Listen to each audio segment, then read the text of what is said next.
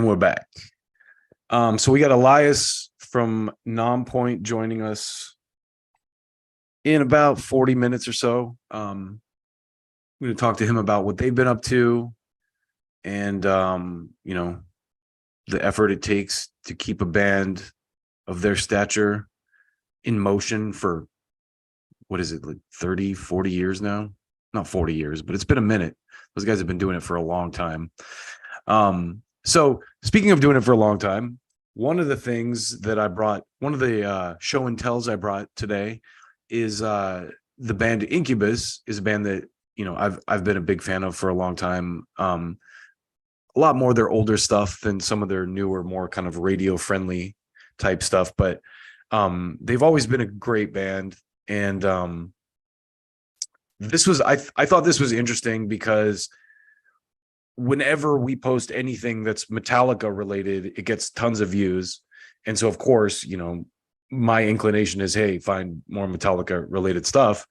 And so this is an Incubus Metallica tie-in. So what they're talking about here is when they started their band.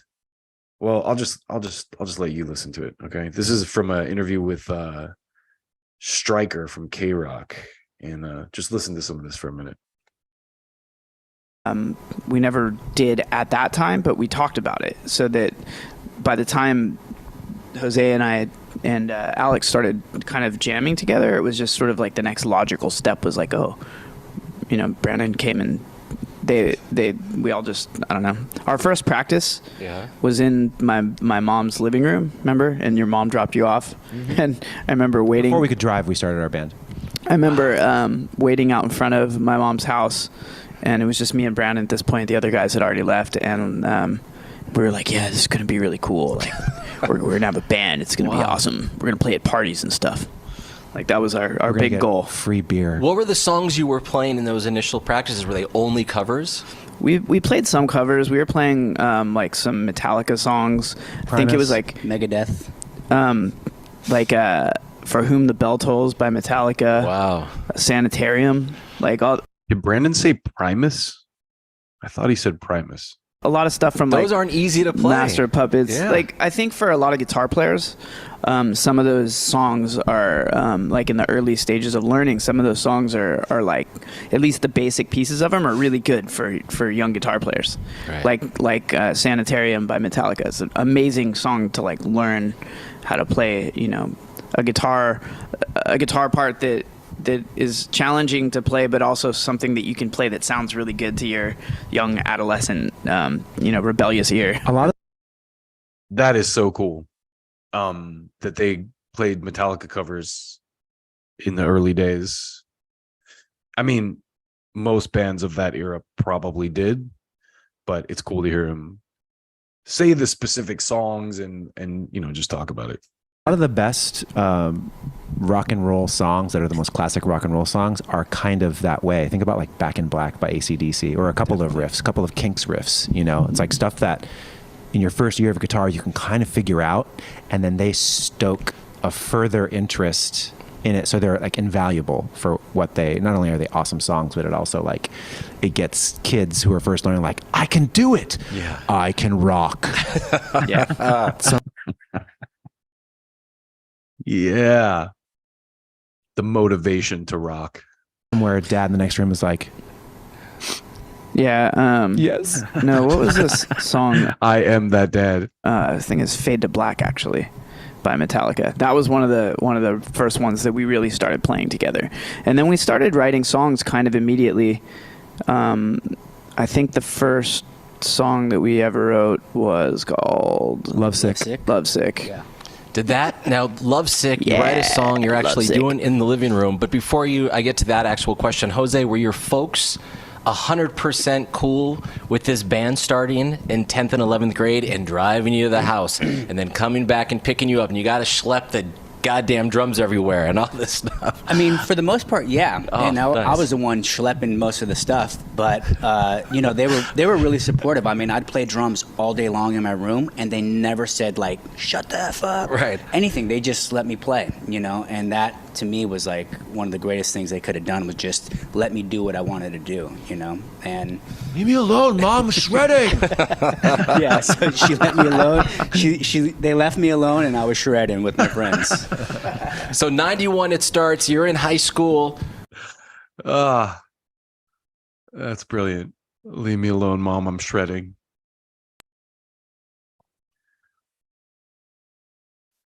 So it's just cool as someone, you know, I have a son who plays guitar, and he got into Metallica at an earlier age. Like Brandon said, I was that dad in the other room, like, yes, son, make your father proud. Learn that Metallica song. Play those riffs. But it's so cool to see, you know, and I've talked about this before, but in my era, Metallica was the outcast band, you know, like in I was the you know, I was one of the, if you're a metal kid, you were one of the outsiders, you know, like the greasers back in the day. And in my era, it was like kind of like I know like all the like preppy kids were into like U2, and they called me a dirthead because I liked Metallica, you know, I was a weed smoker. And now those same people like take their kids to Metallica concerts, you know? And it's just it's a kind of a crazy arc, I guess, you know, to see all this coming around the way that has come around. So what else do we got to talk about today? There's a lot of, you know, this is a totally different subject, and I'm just gonna, you know, I need to fill some time, so I'm just gonna rant for a minute. But I was reading about Jason Aldean. Do you know who this guy is? He's a country singer.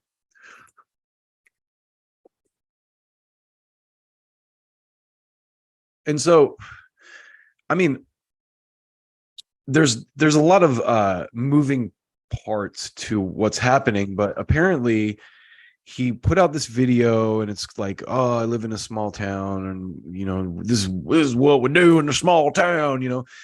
And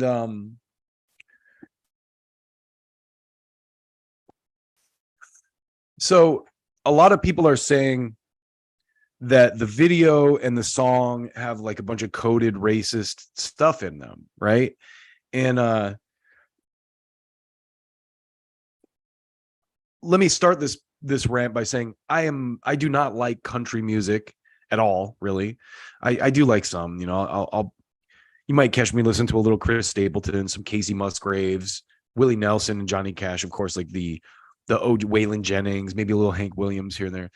Those are like OG, like almost like folk singer type, Waylon and Willie and Johnny, but like, you know, even Casey Musgraves is a great songwriter. She's a pop songwriter. Chris Stapleton's like a soul singer, you know, like they have country aesthetics, but they're artists in different rights. So anyway, the Jason Aldean thing kind of hit close to home for me as someone who grew up in the 80s, with people saying like, oh, there's secret backwards messages and satanic messages in Judas Priest and Ozzy Osbourne, and if you play it backwards, it's telling kids to kill themselves and all this stuff. And so it's like I see. Well, let me back up a little bit and tell you, because you might not know. And I've got one of these California summer colds going right now. I'm sure the herbs aren't helping. But what basically happened is Jason Aldean released this song a while ago, and they just put out this video, and it's about, oh, you know, we got the small town values, and this wouldn't happen if I small town. And everyone is now saying that it's racist, that he's a racist, and it's got like coded messages. And, you know, I promised myself I wouldn't go into too much political stuff on the Brutal Planet platform, because I'm not trying to choose a side by any stretch of the word. But I think just whenever there's like this kind of thing happening, this bubble, this march towards censorship, it concerns me, because like I said, it relates back to in the 80s, and even not even just with metal, You know, in the 80s, they were going after Two Live Crew, the rappers, for obscenity, you know, and trying to get their records pulled off shelves because they were obscene. And, you know, I just see the same thing happening where today, but the new version is it's bigotry against trans people or bigotry against, you know, gay people or racism or whatever. And that like, we need to shut this person down because they're saying racist things, they're saying bigoted things or whatever. And it's like, listen, don't listen to it. You know what I mean? Like no one's forcing you to listen to this music. Just like back in the 80s when they were trying to say that Judas Priest and Ozzy were satanic, maybe they were, you know, whatever. That doesn't, it should be a free country where people, the whole, like people just forget, you know, I was raised in an era where in history class we were taught like, hey, you know, the founding fathers of the United States, they left this religious oppression in Britain. The queen wanted them to pray her way and go to her church, and they were like, no, we're going to start our own country where we can go to any church we want and listen and do whatever we want, and there's freedom of speech to say what you want. And now it's like all that kind of those foundational values are out the window because people's feelings got hurt. And it's like, you know what? Like no one's forcing you to listen to Jason Aldean. And so just to go a little deeper here, the argument that they're making about the video, from what I understand, and maybe there's pieces of this I'm missing, you know, if educate me in the comments if I'm wrong here. But what they're doing is they're saying he filmed this video in front of a place that was famous for a lynching. Okay. Now, first of all, in the Deep South, that could be pretty much any building, you know. But second of all, do you think he sought that place out specifically for that reason? Because if you do, like, you're the one that's kind of like projecting your own kind of insanity onto this situation. And it's like, if Jason Aldean had gone like, no, you guys, I want you to find me the most popular lynching place in America, and let's make sure we do a concert and film a video there. Yeah, that would be grounds for being like, hey, that's kind of fucked up. Like but it still would be within his rights of freedom of expression to do that, you know, and expose himself as being a complete and total racist asshole. But in this case, it's like because he didn't check to see if this place had a lynching in front of it, he's a bad person now who's trying to communicate some racist value or something. And you know, and then the next complaint is that there's no people of color in the video, and it's like, it's a country video. Like how many white people are in rap videos? I mean, a lot probably, but you know, it's not, people don't go to a country video expecting to see, you know, like a diverse group of people. I would imagine. I mean, I don't listen to country music, but correct me if I'm wrong. But you know, it's just I think I'm triggered by this whole situation because of the kind of willingness to shut people up because of a perceived infraction or whatever, because it just so strongly resembles what I remember in the 80s with bands that I loved, you know, where it's like, oh, Ozzy, well, he's a demon, he's telling people to kill themselves. No, read Ozzy's lyrics. He's definitely not. The song, what's ironic is the song that these parents took Ozzy to court for in the 80s is called Suicide Solution. And if you read, you know, it sounds like the solution is suicide, but a solution can also be a liquid. And if you read the lyrics, suicide solution is alcohol. It's like a solution that kills you the more you drink it. Like that's the point of the song. If you actually read the lyrics, or you bother to do that, which these parents didn't, they were kind of looking for a scapegoat for their own ineptitude, which is exactly what the people who are mad at Jason Aldean are doing. It's like, what kind of, like, it's such a projectionary thing where it's like, if you have to like see race, if you see racism like this in every little thing that comes out, I think that says more about you than it does anyone else. You know, it's like you're looking for it. You're just like, anyway. That was just something that I thought I could rant about a bit to fill some space. But there's not a lot of with metal, you know, there's not a lot of new news daily. So I think we make our own news. And let me just show you some of that news that we made. recently. What's the best way to open this thing?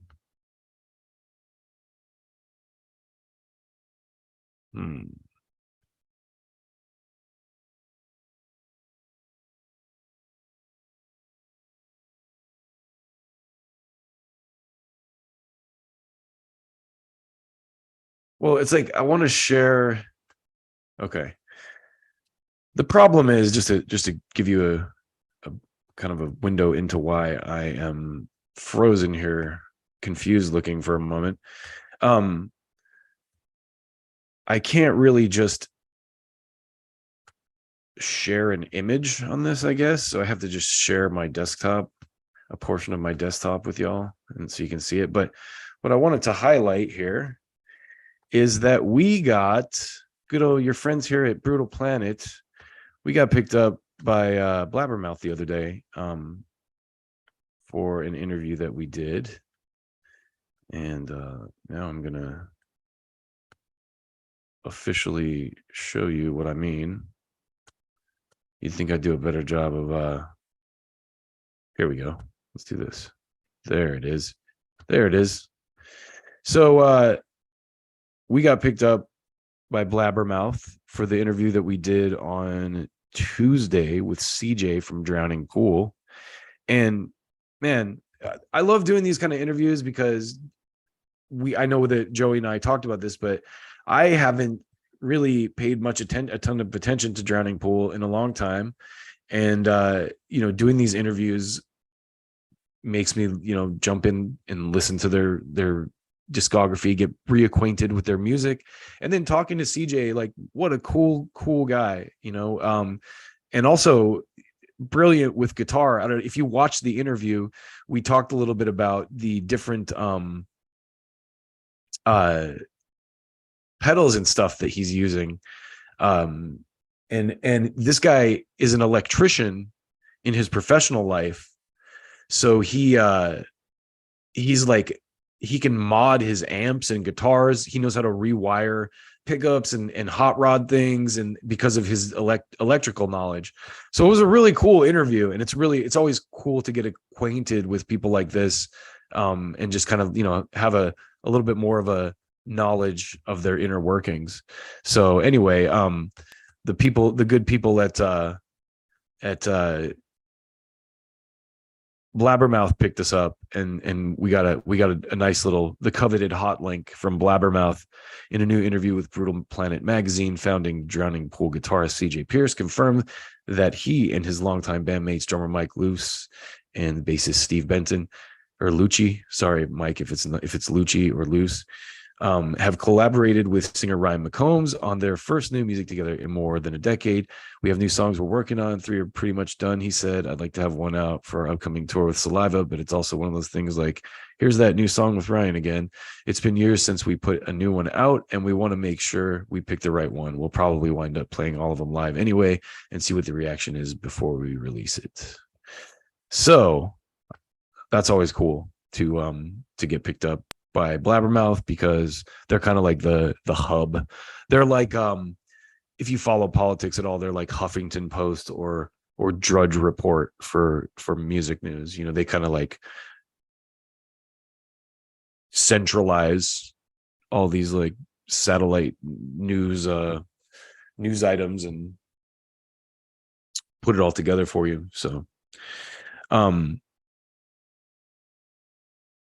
on a different note, we are looking for, we're always looking for suggestions on stuff to cover. Feel free to DM us on Facebook or Instagram or even TikTok. We're not heavy on TikTok yet, but I think we're going to be ramping up a little bit in some of those arenas, doing a little bit more promotion, leaning in a little more to the Brutal Planet brand. And I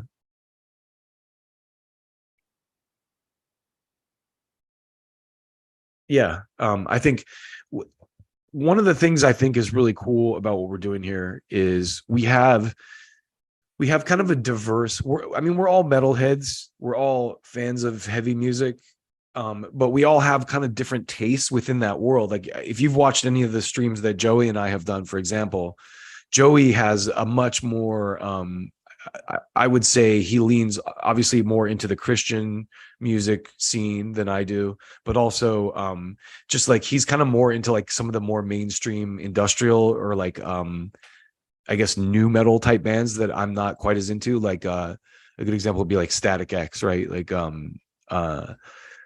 if you when he and I talk, it's kind of like he's into like bands like Rammstein and Static X that are not really my cup of tea, but that I respect. And I lean more towards like the like real deathy, darker side of things, I guess, like Black Dahlia Murder, Pantera. What's a band I like been digging a lot lately? Cradle of Filth. Cradle of Filth is another one of those bands that it's almost like King Diamond or Merciful Fate. It's kind of like a thing that kind of grows on you a little bit, but I definitely also lean more into the weird side of things, like the alternative metal world, you know, bands like Fishbone or Faith No More or Mr. Bungle, for example. And I think that's when it comes to metal, for me, there's, especially now, and this is just my opinion, it's like there's a lot of bands, there's a lot of stuff to choose from. So it's like, how do I narrow it down? You know, it's really based on your own personal tastes, subjectively, what you like and dislike. But also for me, I'm like, who's doing something unique, you know? Because there's 1,000 bands I could name that do really great metalcore. Like it's just like by the book, you know, solid metalcore, hard, fast, loud, great riffs, you know, energetic scream vocals, killer drumming. There's like 100 different bands that do that well, but who's bringing something to the table within that like really kind of sets them apart from the pack? That's the kind of stuff that I'm looking for, you know? And we especially try to highlight indie bands, bands that maybe aren't on a label yet. And we have crew in every, well, not every city, but we have crew in like major parts of the country. Like we got Joey up in the North Midwest. We got some people out on the East Coast. We have someone in the UK. We got Brian down in Texas. We got Eric in Salt Lake City. We have a couple other people in Salt Lake City area. I think in Wyoming too. Is it Casey? We have Casey. We have we got Maxine in North Carolina.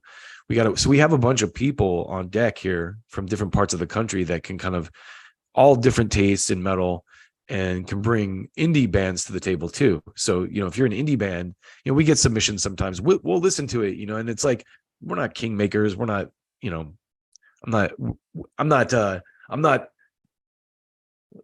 overestimating our importance here.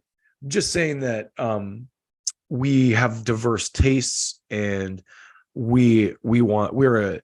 as an organization, what we want to do is elevate music that we like. So, and that can be, if you can't tell, there's a wide variety within, you know, this world that, you know, just in the last couple of weeks, we've gone from interviews with bands like Elaine, which is like a symphonic Swedish death metal band. I mean, not death metal, but Swedish metal. Like they have some death aspects. Rickard does some deathy vocals, but almost like a cross between like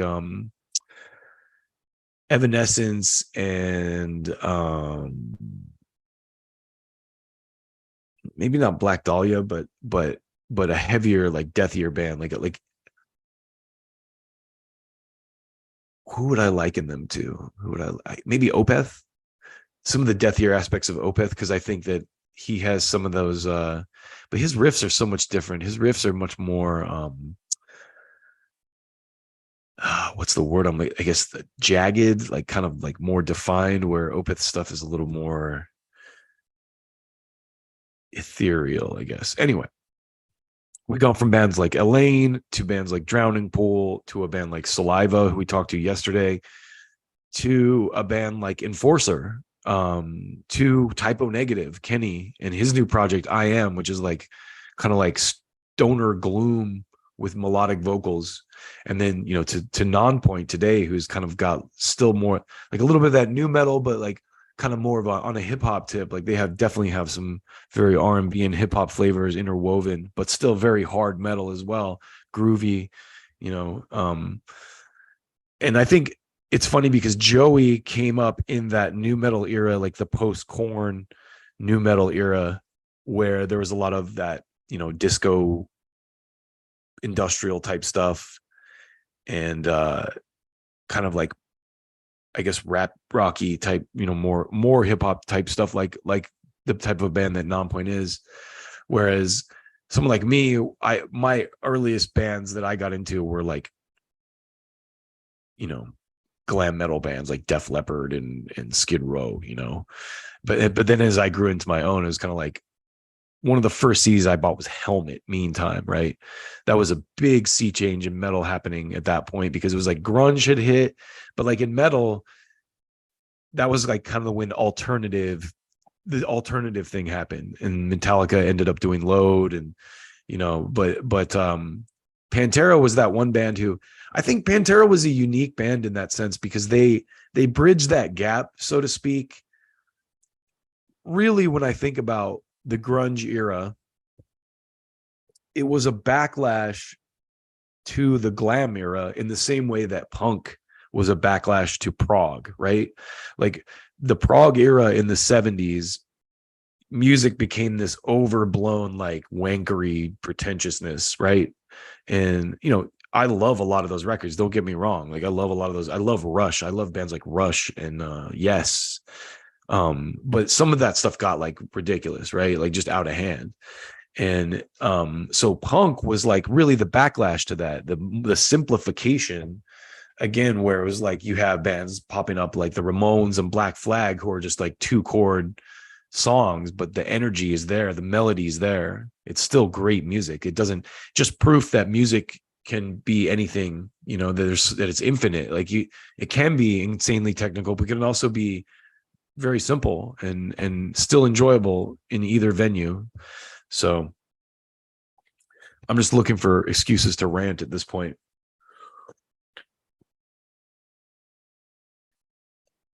And I probably should have logged on a little bit later, but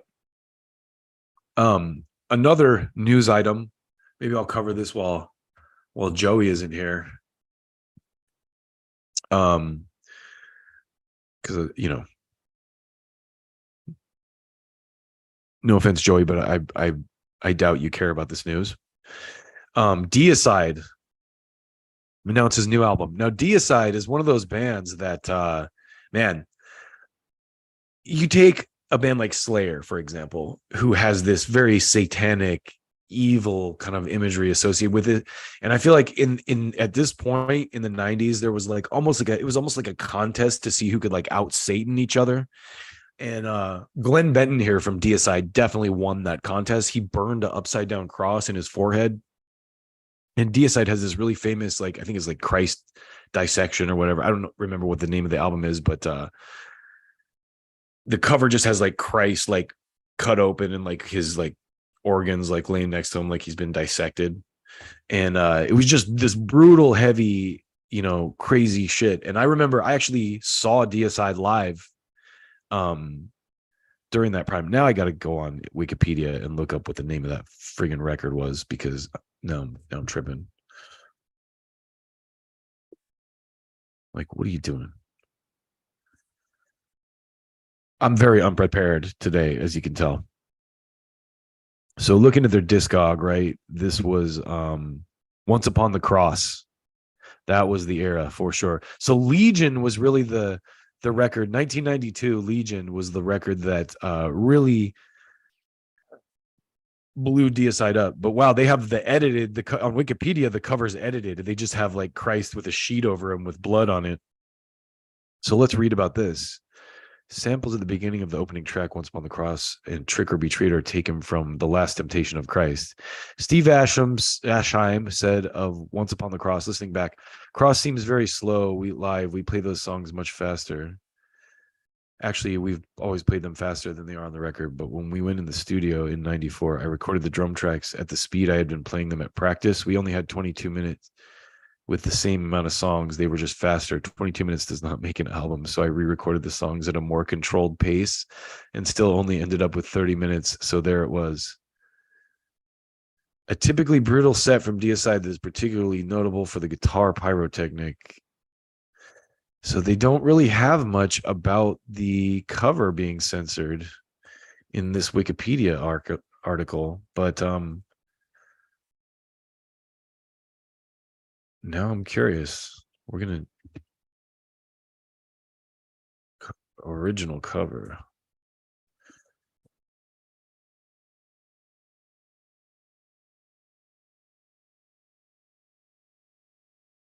Wow.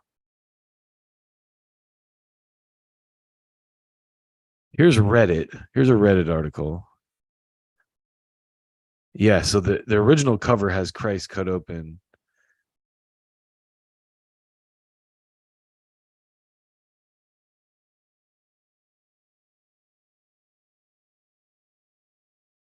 Wow. So anyway, Deicide was one of those bands that super extreme anti-Christ type stuff. And if that's your thing, cool.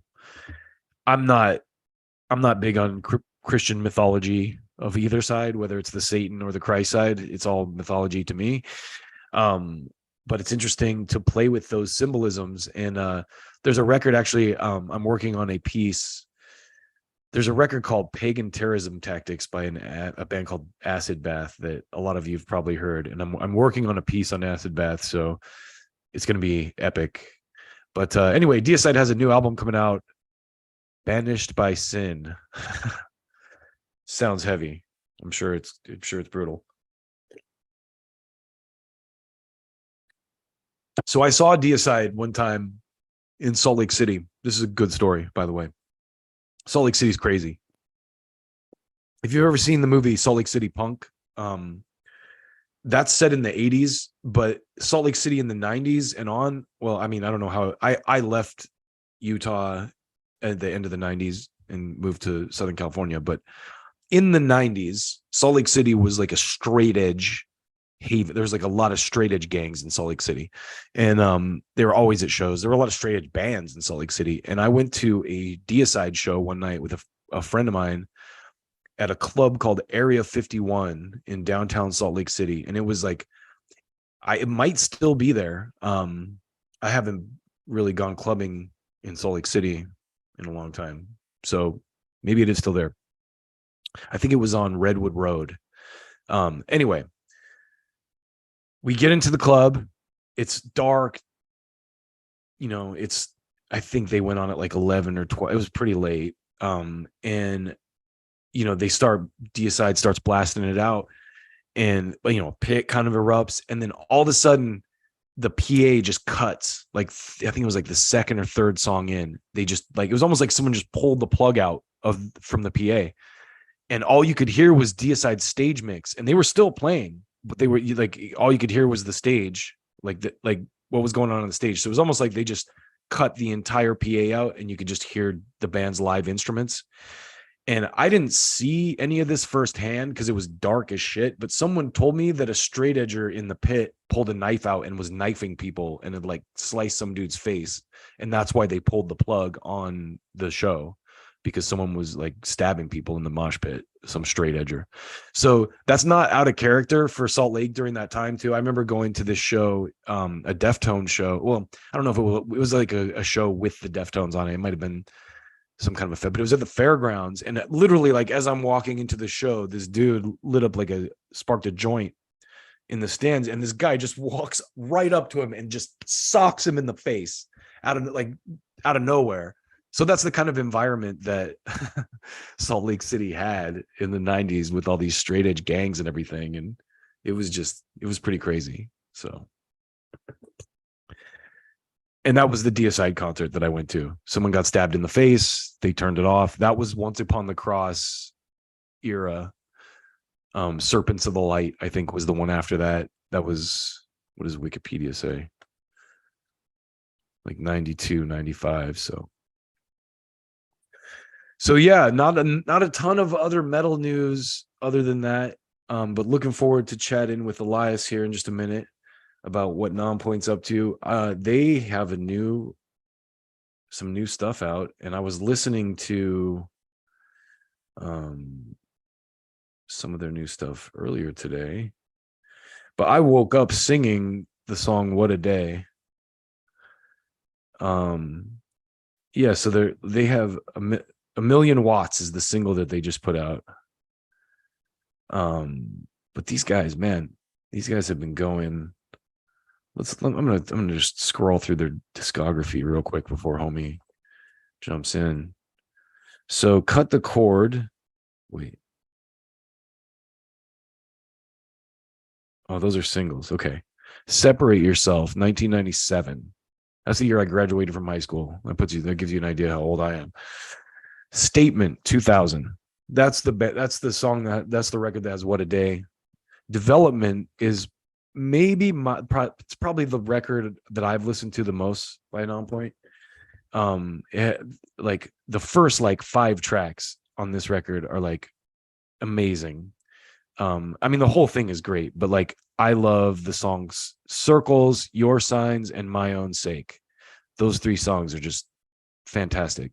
And then Recoil, 2004, live album in 2006, Live and Kicking, Vengeance in 2007, Miracle in 2010, Self-Titled in 2012, The Return in 2014, another live record, Madtown Throwdown Live in 2015, Poison Red in 2016, another live record in Nonpoint 20th anniversary on the 2017, another live record in 2017, then X in 2018, which is their 10th record, To the Pain in 2019, and all the way up to this single, A Million Watts single that has 3 tracks on it, A Million Watts, Heartless, and Paper Tiger in 2023. So these guys been out here doing it for a long time.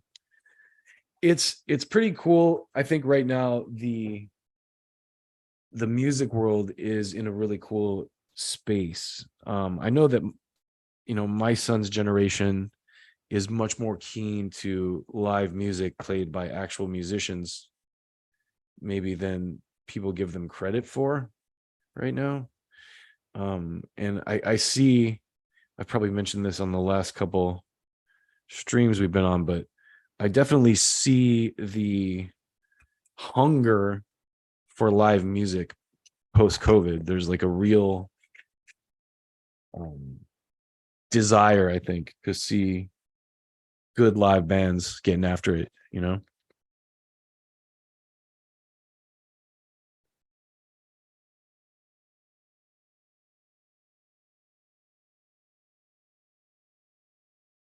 I'm trying to think of what the most recent show that I went to was.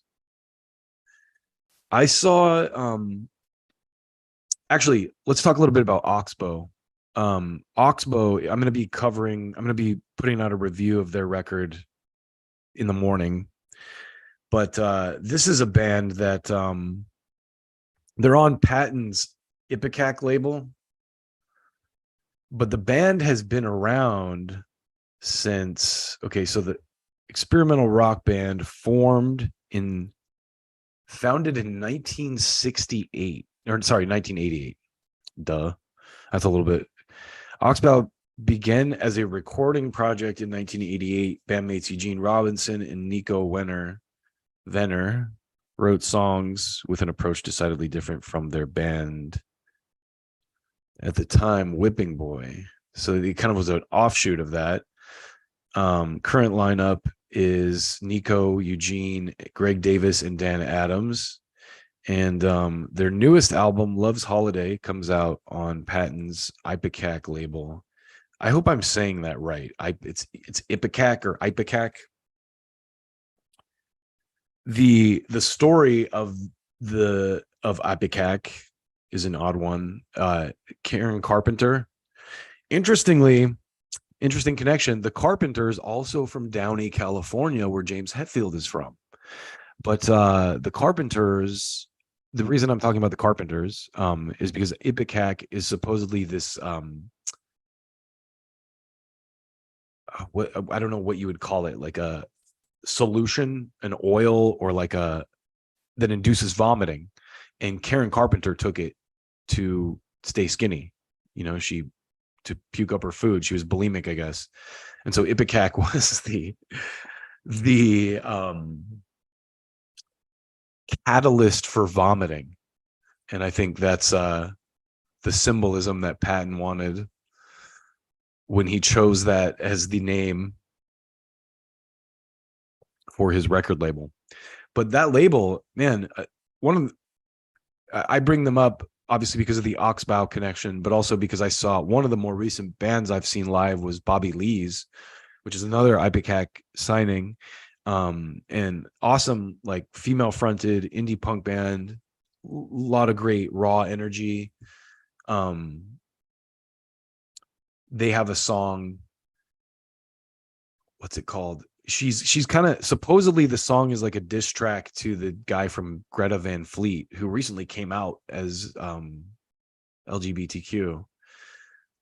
So I don't know if homegirl from Bobby Lee's is from that group herself. She may be, but anyway, great band. Patton's label, Ipecac, has a bunch of great stuff on it. Another band that's on their spotlights I saw opening for Mr. Bungle and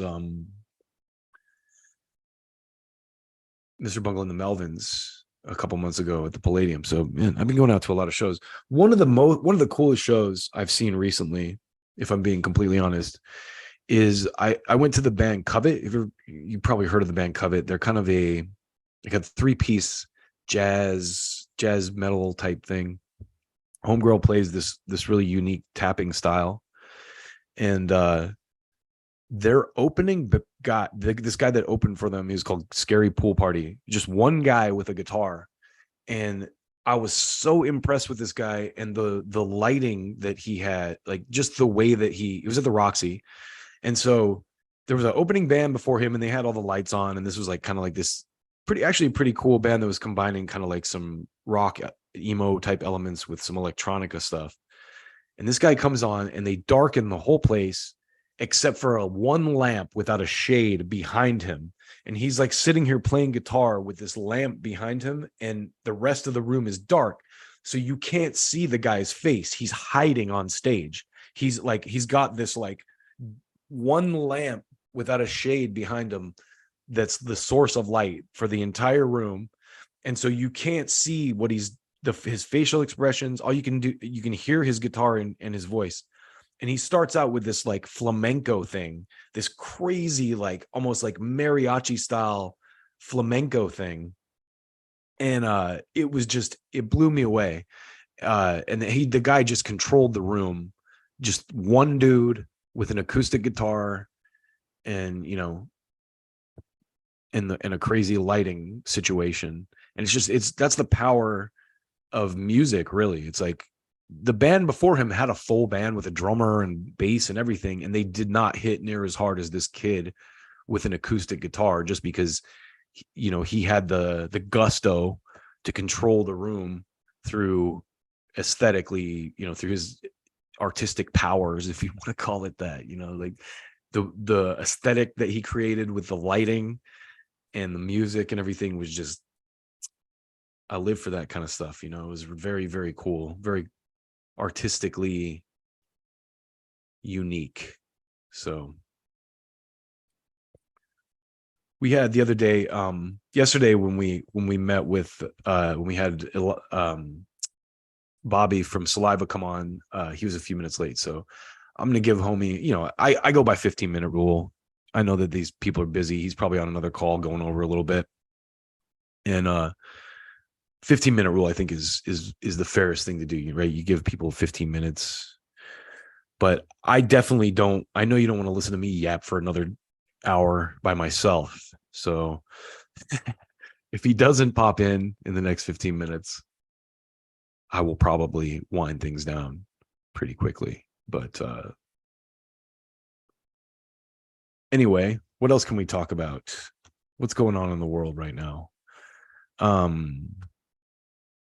Next week, we're going to be interviewing this band Saul, who I don't know a ton about, but I'm gonna be diving into their stuff. Let's see what else do we got in the. We got some tours coming up. We have tour announcement: Ice Nine Kills and In This Moment touring with Avatar and New Year's Day. Let's look at this. Looks like the tour. Let's see. Why can't I? Here we go. So it kicks off in Gary, Indiana, November 3rd and runs through December. Completely on the East Coast in the Midwest. So not coming out here to where I'm at, but starts in Gary, Indiana and ends in Wheeling, West Virginia. Let's see what else we got here. Ice Nine Kills In This Moment tour. Let's see. Europe celebrate 40th anniversary in the studio to record new record. Oh, the band Europe. You know Europe, right? The Final Countdown. Swedish rock legends.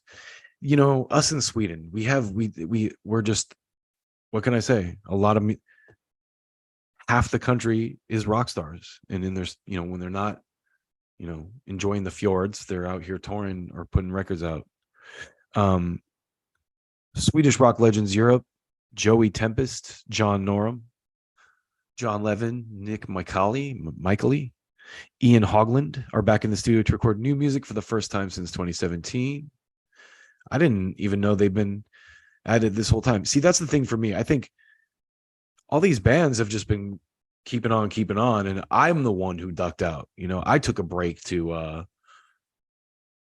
be a house dad and have kids, and now my kids are growing up, and I'm kind of like, all right, I'm back in this. I had that realization today. I was like, man, all these bands, I'm the one who kind of ducked out. Like, these bands have been out here doing it the whole time. They never went away. I went away. So Europe's got some new stuff coming out. 40 years of Europe, the Final Countdown. I mean, I bet those guys could retire on that song alone. You know, they really love to play, because that song, Final Countdown, that gets played at like every sporting event ever conceived, right?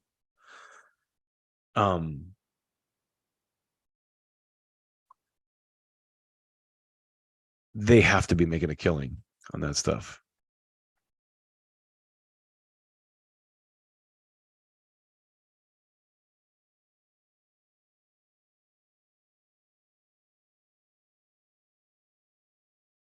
All right, what else we got news-wise?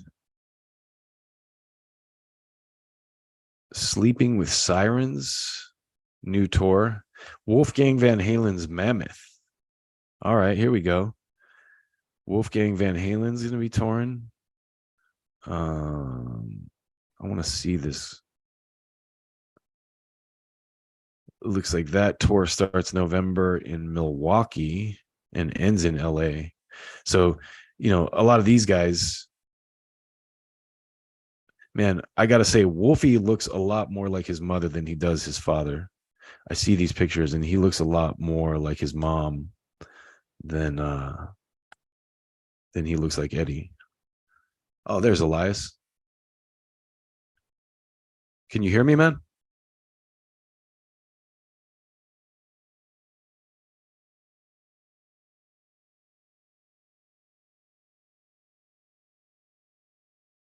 Can you hear me?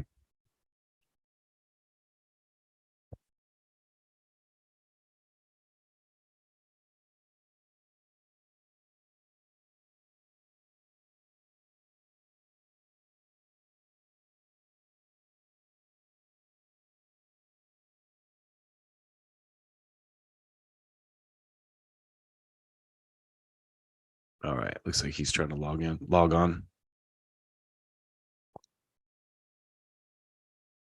There he is. Me do it without the Hey. there he is. How's it going, man? Good. How you doing? Very good. Thank you so much for taking the time, man, today. No problem. Sorry for the holdup. Let me. Oh, you're good. You're good. Let me get myself situated here. Oh, you're golden, man. So you guys have Nonpoint has been going for a long time. I was just saying a few minutes ago, it's like I realized today I saw you guys play the Whiskey like years and years ago, probably during like the development tour or something like Oh that. wow. And so I guess just like what I'd love you to do is just talk about the inception of the band, like maybe quick history, like from then to now, like when you guys, I woke up today singing What a Day, you know? So I'm like, man, you guys have been at it for a long time. Yeah, for sure. Well, we came up in South Florida. We were parts of one band and parts of another band and kind of converged back in 97. Worked the local scene there for a couple of years. Got some notice of someone who was connected with somebody at MCA who was signing heavy bands at the time.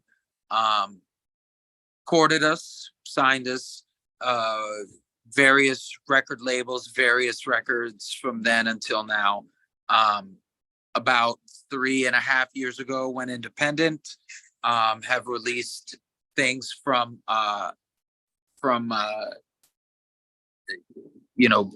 EPs to full-length records ever since then, and now currently on an EP cycle, pushing a new song called 1,000,000 Watts. Yeah, I listened to the singles. I really like that track, Paper Tigers, too. Thank you. Yeah. So I think that's cool to hear too, because I was looking at you guys' YouTube and noticing that you guys have like a lot of live concert streams and stuff. I'm like, these guys know what they're doing, you know. Obviously they're like tapped into what's going on.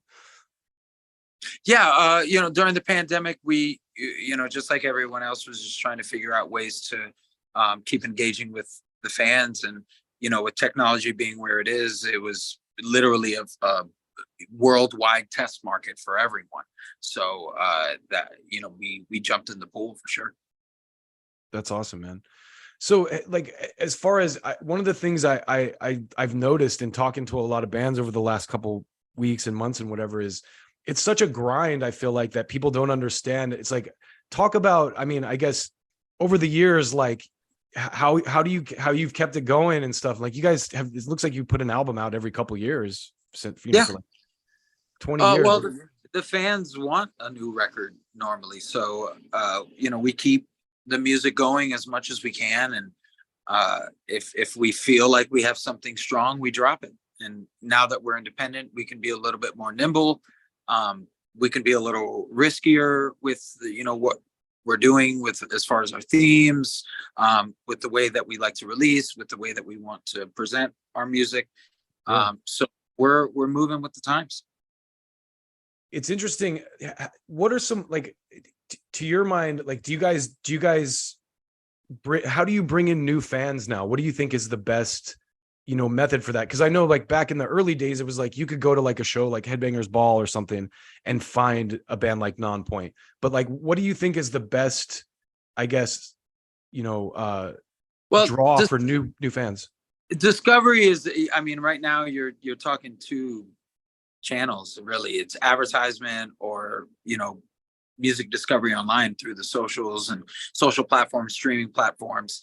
And it's really a lot of just general playlisting inside of the algorithm. So, algorithms now are so set up to draw on music that hits certain things in the language. However, it's translating music inside of the algorithm. It's really picking up on that kind of stuff and at least categorizing it properly, so that way people can find it easier.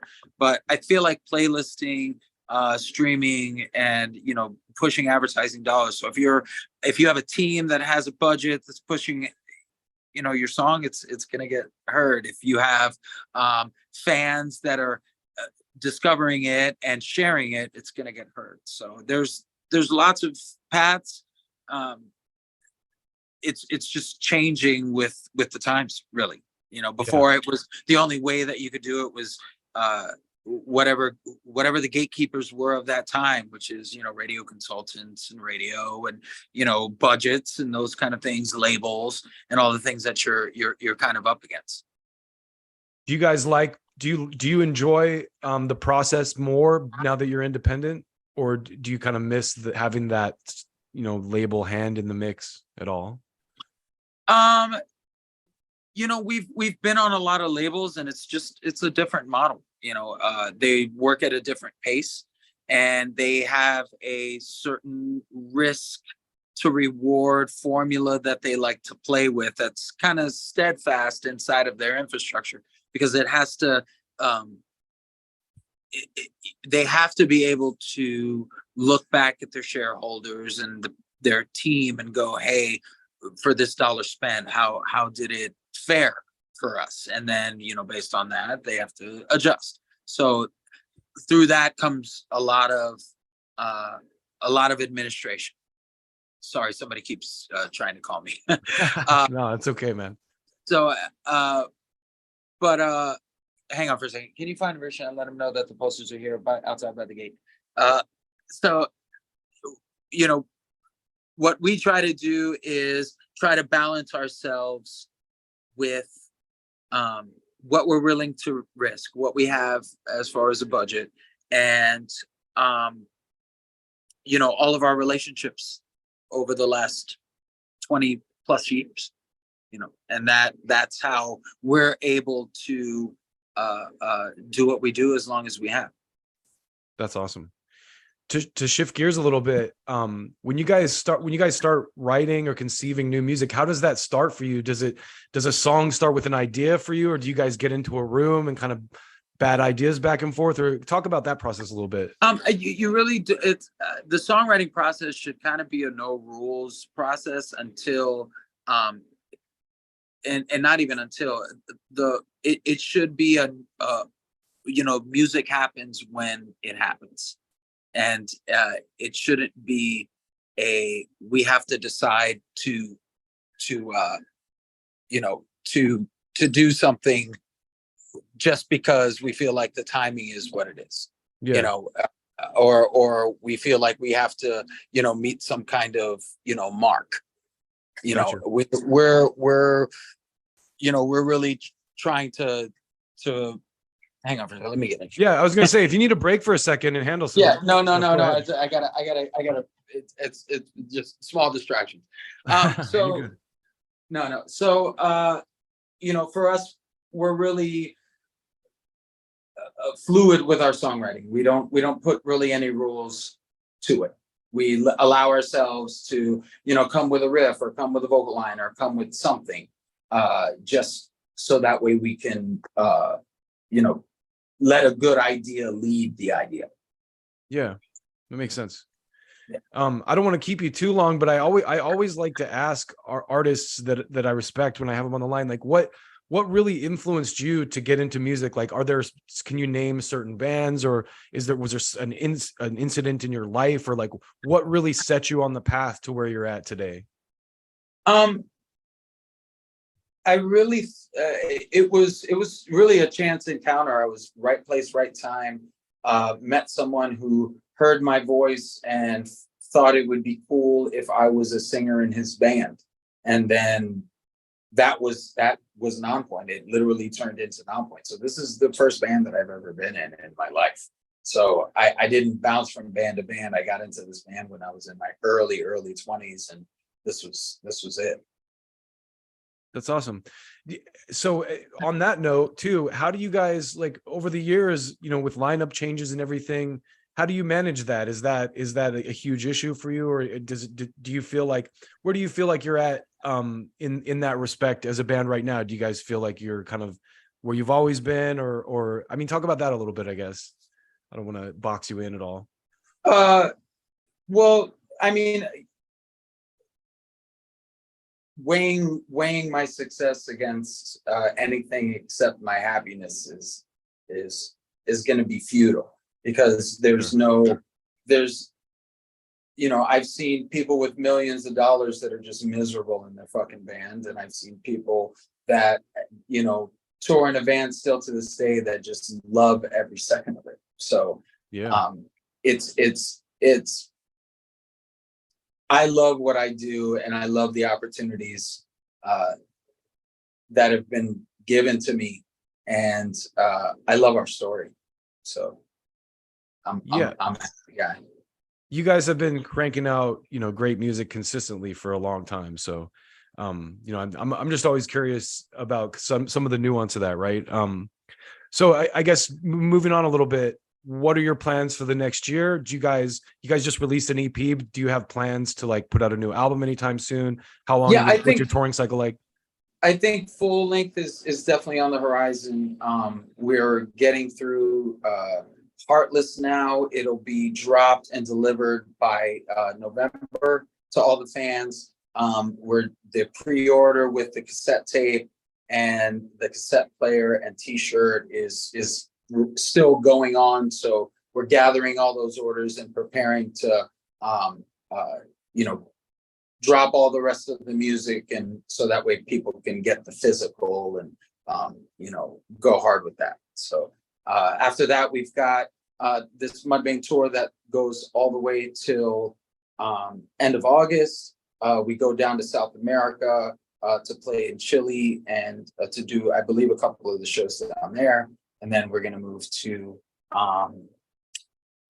a headline run in early winter. Awesome. So busy year. Will you guys be out here on the West Coast? For sure. Awesome. We definitely will. Yeah, they're getting added to that.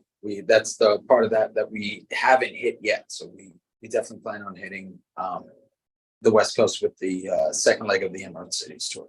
Awesome. I hope to catch you guys again. I haven't seen you play live in quite a while, so it'll be good. It's gonna be fun. Well, I mean, is there anything else that you know we can tell fans about in the near future or anything before I no, we're really shifting things over to our.com. So I would say if you're not following our newsletter, get over to nonpoint.com, get signed up for the newsletter, and start collecting your points. There's the front lounge, the coins that we give out. They're called Koki coins. The more you purchase, the more coins you build up. They give you discounts, but eventually with those purchases, you'll get access to the front lounge, which will be a whole array of content and offers and news that you're not going to get anywhere else. That's awesome, man. And you guys are 100% indie, so this is all your take. Like it's all this is us. Yeah, that's amazing. Well, thank you so much, Elias, for taking the time today. I really appreciate it. I know you're a busy guy, so I appreciate you, man. We'll talk soon. Yeah, let's talk again. Take care. Indeed. Later, bro. Have a good one.